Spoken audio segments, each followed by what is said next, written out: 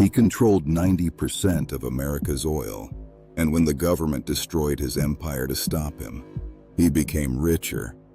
This is the story of John D. Rockefeller, the most hated businessman in American history, the world's first confirmed billionaire. July 8, 1839, Richford, New York. A baby was born into poverty. His name was John Davidson Rockefeller. His mother Eliza was devoted, a Baptist. She believed in honesty, hard work, and God. His father William believed in none of those things. William Avery Rockefeller, known to locals as Devil Bill. He was a phantom, a con artist. He sold colored water as cancer cures to the dying. He posed as a deaf-mute beggar to eavesdrop on farmers and use their secrets to swindle them later. He didn't just want their money. He wanted to watch them lose everything. One day, Devil Bill placed young John on a high chair. "Jump, son, I'll catch you." The boy jumped. The father stepped back. "Remember, never trust anyone completely, not even me." That was John's entire education. Trust is weakness. The world is a battlefield. And if you're not the predator, you are the prey. By 1849, Devil Bill took his philosophy to its logical extreme. He fled to Canada and vanished completely. He abandoned his family, left them penniless, and John never forgot. At 16, he became the man of the house. Quiet, intense, obsessed with the one thing that never lied: numbers. He recorded every single penny he made, every penny he spent, in a small red book he called Ledger A. By age 20, he had saved $800. Pure austerity, pure discipline. But to enter the world of real business, he needed more. So he did something that probably killed him inside. He asked his father for money. Devil Bill agreed to lend him $1,000, but true to form, he charged his own son 10% interest. John didn't argue. He took the money and got to work. 1859. The Pennsylvania oil strike. The world was suddenly drowning in black gold, and Cleveland became refinery central. People will always need to see in the dark. Oil is the light. By 1865, the partnership reached its breaking point. The refinery would go to whoever bid highest at a private auction. It was a showdown. 2,000, 3,000, 5,000, 10,000, 50,000. John, walk away. The room went dead silent. 72,500.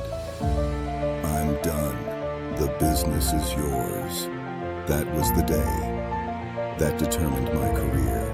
January 10th, 1870. John D. Rockefeller officially incorporated the Standard Oil Company.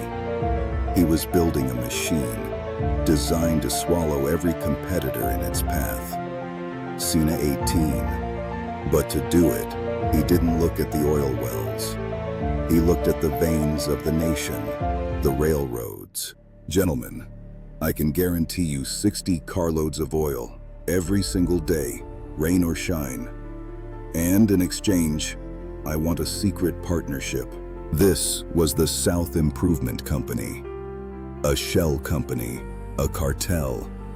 It was brilliant, it was legal, and it was devastating.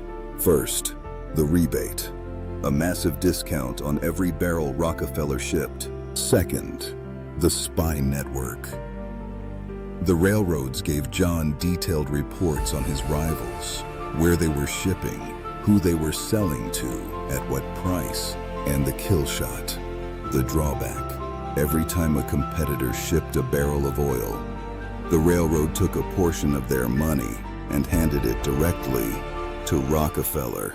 You see the rates. I am being paid for every barrel you ship. If you stay in this game, you will go bankrupt. Sell to me now, or you will be crushed. Your choice. He was calm as a deacon and absolutely merciless between February and March 1872 in one legendary 48-hour window. He swallowed 6 refineries, one by one, door by door. In less than 3 months, 22 of the 26 refineries in Cleveland had surrendered. But then someone leaked the secret, and the public exploded. They burned Rockefeller in effigy. They marched with torches. The Pennsylvania legislature revoked the charter. The public cheered. They thought they had won. They were wrong. Rockefeller didn't care anymore, because by the time they killed the deal, he already owned Cleveland. Cleveland was just the beginning. What he invented next would become the blueprint for every monopoly in history. Vertical integration. He bought the barrel factories, the warehouses, the chemical plants. Suddenly, his competitors found that even if they could refine oil, they couldn't find a barrel to put it in. Every road blocked. One by one, the independent oil man was becoming an extinct species. By 1882, Rockefeller had won the war. But now he had to figure out how to rule an empire that wasn't supposed to exist. So his lawyers invented something the world had never seen, a ghost that could own everything and answer to no one. January 2nd, 1882. 9 men, 1 secret document. It was called the Trust. But as the empire reached its peak, the man began to wither. Success was eating him from the inside out. Rockefeller developed alopecia. His hair fell out in clumps, his head, his eyebrows, even his eyelashes. He became a ghostly, hairless figure, forced to wear rotating wigs to mimic natural hair growth. He lived on crackers and milk because his nerves had destroyed his digestion. The richest man in the world was falling apart. 1902. A storm was brewing. Her name was Ida Tarbell, a journalist and a survivor. Her father had been an independent oil man in Pennsylvania. She had watched firsthand as Standard Oil squeezed the life out of his business and his spirit. This was her golden opportunity. For 2 years, she became a detective.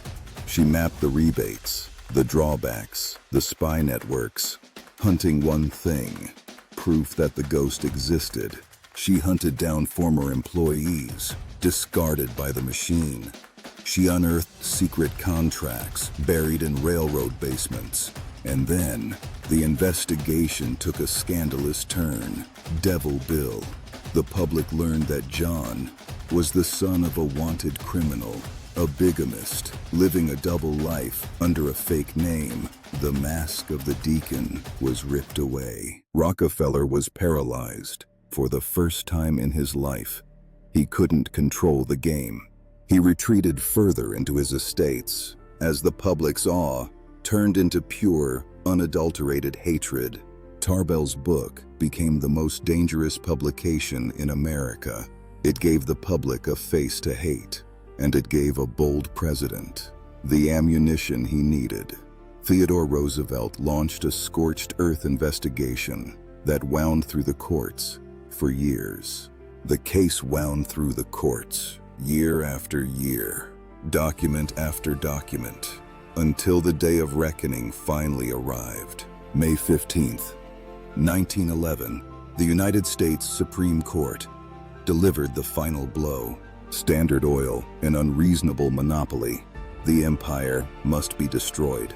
The trust was shattered into 34 separate pieces. Those fragments would eventually grow into global powers. Exxon, Mobil, Chevron. At 72 years old, the world believed Rockefeller had finally lost. They were wrong. Again. When the monopoly was broken up, Rockefeller didn't lose his ownership. He simply saw it. Decentralized, he still held his massive share of stock in all 34 new companies, free from the standard name, free from the legal shackles of the trust, and the value of those stocks skyrocketed. By 1916, as the world transitioned from kerosene lamps to the gasoline age, Rockefeller's wealth exploded. John D. Rockefeller had become the world's first confirmed billionaire at a time when the average American earned $800 a year. His personal fortune hit $1 billion. He had outlasted his father, his competitors, and even the United States government. But as the gold piled up, the old man realized he had one final enemy, one he couldn't buy, one he couldn't crush: time. He hired the world's first public relations experts to scrub the standard blood from his name, appearing in public as a kindly grandfather, handing out shiny new dimes to children.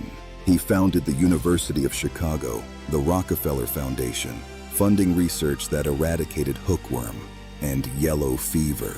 Was it guilt, a genuine awakening, or the final brilliant con of a man who knew that history is written by the winners? We'll never know. What we do know is that on May 23, 1937, the machine finally stopped. John D. Rockefeller died at the age of 97. He missed his goal to live to 100, but he hit his other goal to make $100,000 by a margin so large it defies human comprehension. As Rockefeller himself once put it, "I believe the power to make money is a gift from God, and since I have been given it, I believe it is my duty to make money and to use the money I make for the good of my fellow man, according to the dictates of my conscience." Hi there. Hi there. Click subscribe.